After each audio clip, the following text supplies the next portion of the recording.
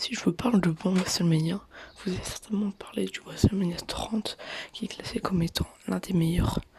Mais moi, j'ai commencé à regarder du catch assez tard et ça s'entend à ma voix.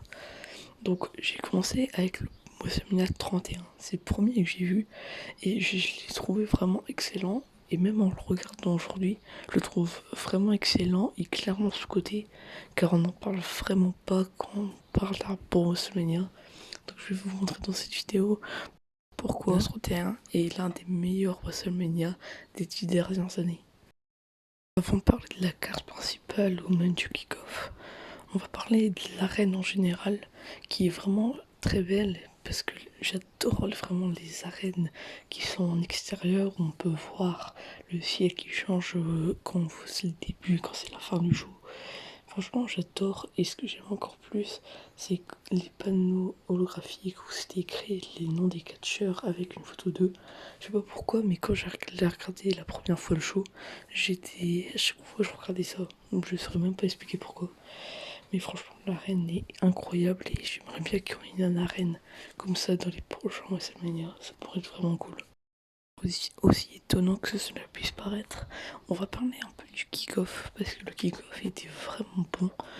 Donc on va en parler un peu. Il y a eu un match tag team et la bataille d'André le Géant parce que oui, il y a une bataille d'André le Géant à WrestleMania. Je sais même pas pourquoi ils ont fait ça parce que c'était une bonne idée. Mais ils ont mis ça à SmackDown maintenant. Je pense pas que ce soit une bonne idée, mais bon. Donc pour parler de la bataille d'André le Géant, la bataille était assez bien et je sais même pas pourquoi ils l'ont enlevé de WrestleMania parce que c'était vraiment une bonne idée. Donc comme on le voit sur l'image, Big Show s'est fait éliminer, c'est faux, il a gagné. Et Big Show a gagné la bataille d'André le Géant après avoir perdu à WrestleMania 30 l'année dernière. Là il a gagné, donc félicitations à lui et on passe au deuxième match du kick-off. Le deuxième match du kick-off est entre Tyson Kidd et Cesaro, qui sont les actuels champions, contre le New Day, les Usos et Los Matadores. Ça sera un très bon match, avec des bons spots qu'on peut voir sur l'image. Mais à la fin, Tyson Kidd et Cesaro vont réussir à gagner le match par tombée, et donc conserver leur titre. Il est temps de passer au sérieux et on va rentrer dans la carte principale de WrestleMania 31 avec un opponent qui oppose Benius Barrett, l'actuel champion intercontinental, contre R-Truth, Dean Ambrose, Luke Harper, Dolph Ziggler, Stardust et Daniel Bryan. On va avoir un très bon match entre ces 7 hommes, mais à la fin, Benius Barrett va mettre KO tout le monde avec son finisher et va essayer de monter à l'échelle. Daniel Bryan va arriver, va essayer de le mettre KO, mais Dolph Ziggler va aussi arriver. Benius Barrett va mettre KO Dolph Ziggler et Daniel Bryan va mettre KO Benius Barrett. Il va essayer de monter à l'échelle pour être le nouveau champion, mais Dolph Ziggler va de nouveau arriver et les deux vont se battre en haut de l'échelle pour essayer d'être le nouveau champion intercontinental. Après un gros échange de coups entre les deux, Dolph Ziggler va craquer et va tomber de l'échelle pour que Daniel Bryan soit le nouveau champion intercontinental. Le deuxième match de la soirée oppose Seth Rollins contre Randy Orton. La rivalité entre les deux était que Seth Rollins avait attaqué Randy Orton, lui portant un curse tombe sur la table des commentateurs, puis sur les escaliers. À Fastlane, Randy Orton est revenu pour attaquer Seth Rollins. Dans les semaines d'après Fastlane, Randy Orton a décidé de trahir l'autorité et a défié Seth Rollins à WrestleMania, nous offrant donc ce match à WrestleMania 31. Le match entre les deux va être bon, mais les gens qui ont regardé le match vont surtout se souvenir de la fin du match qui est extraordinaire car Randy Orton va être en position pour se prendre le finish de Seth Rollins, le curse stomp. Sauf que quand Seth Rollins va vouloir placer son finisher, Randy Orton va le projeter dans les airs et va lui porter son RKO pour le compte de 3. Donc Randy Orton gagne le match entre les deux. Le public n'a même pas le temps de souffler. Le troisième match oppose Triple H et Sting. La rivalité entre les deux est assez simple. Au Survivor Series 2014, Sting est arrivé pour aider la team Cena qui affrontait la team Autorité. Sting a donc fait perdre d'autorité et le 19 janvier, Sting est arrivé et a encore fait perdre l'autorité contre John Cena. À Fastlane, Triple H défie Sting et Sting arrive et défie Triple H pour venir l'affronter à WrestleMania. On a donc ce match entre les deux, un match sans disqualification et un match qui va être étonnamment bon, mais bon, le match n'est pas incroyable non plus, même si on a l'arrivée de DX au plein milieu du match et l'arrivée de la NWO pour aider Sting. On a un match assez bon, mais à la fin du match, Sting va essayer de se projeter Triple H dans le coin, il va essayer de l'attaquer, mais Triple H avait son sledge d'humeur dans les mains et va lui mettre un coup de massue dans la tête pour le compte de 3. Triple H gagne donc ce match. À la fin du match, les deux hommes éprouvent quand même du respect l'un pour l'autre parce qu'ils vont décider de se serrer la main pour conclure leur rivalité.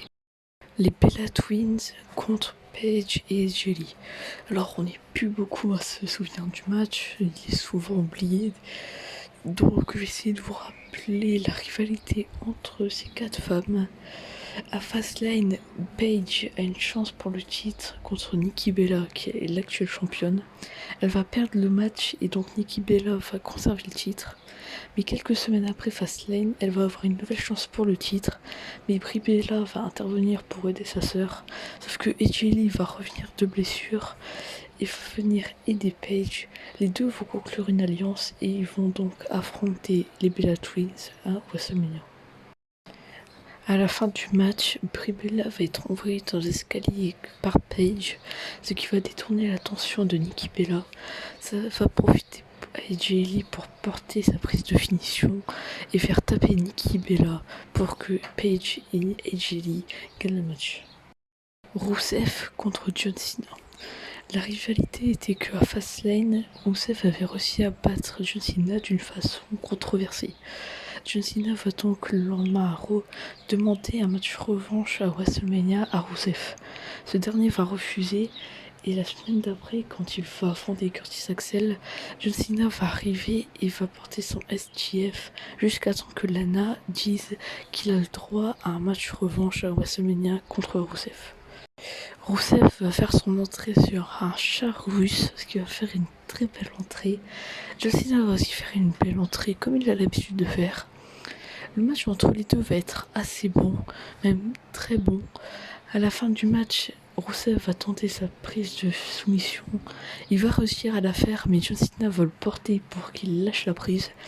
Il va porter son STF sur Rusev. Lana va intervenir pour aider Rusev. Sauf que John Cena va se mettre près d'elle et quand Rusev va essayer de foncer sur John Cena, il va se décaler et Rusev va taper Lana.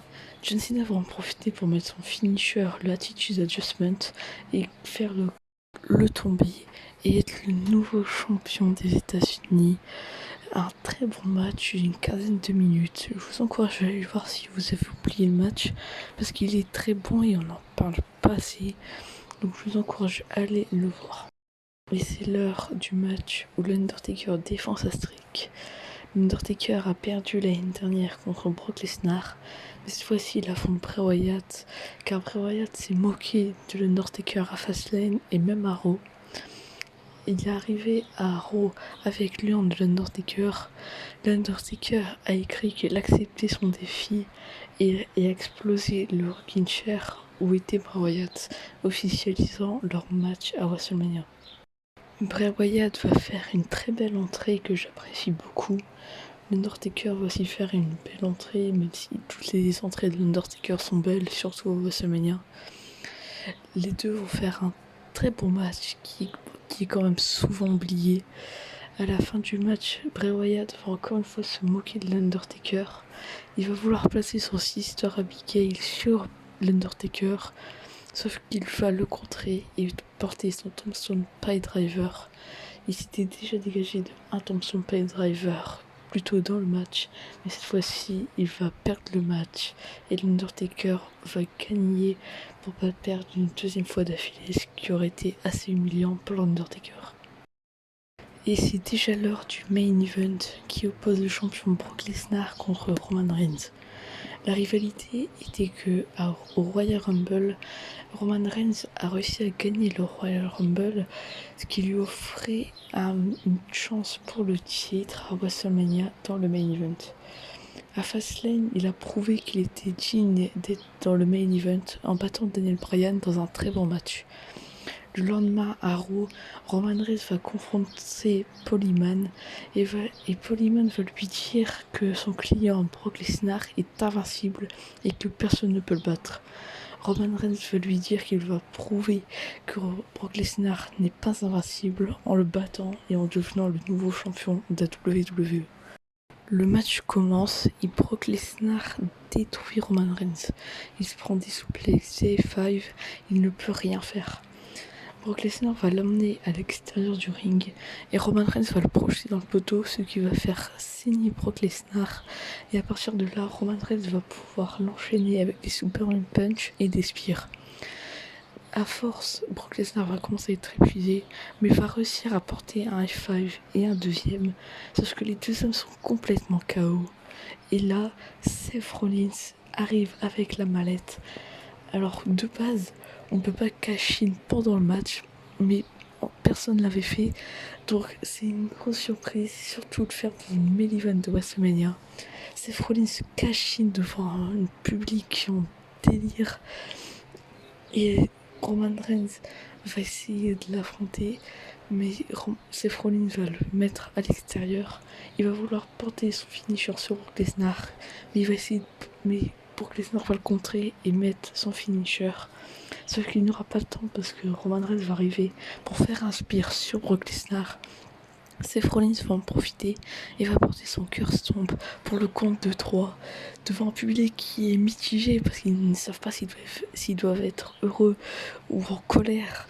C'est vraiment un moment incroyable et je pense que c'est un de mes moments préférés de WrestleMania parce que j'étais clairement très surpris, je comprenais rien à l'époque. Donc franchement, un très bon match et une très bonne fin de match. Bon, j'espère que je vous ai fait changer d'avis sur ce WrestleMania que je trouve beaucoup trop sous-coté. J'espère que la vidéo vous a plu. En tout cas, je pense faire ça sur un pay-per-view que pas beaucoup de monde a apprécié ou voir notre WrestleMania. On verra dans les jours à venir. En tout cas, c'était Platty. Je vous souhaite une bonne fin de journée. Bye.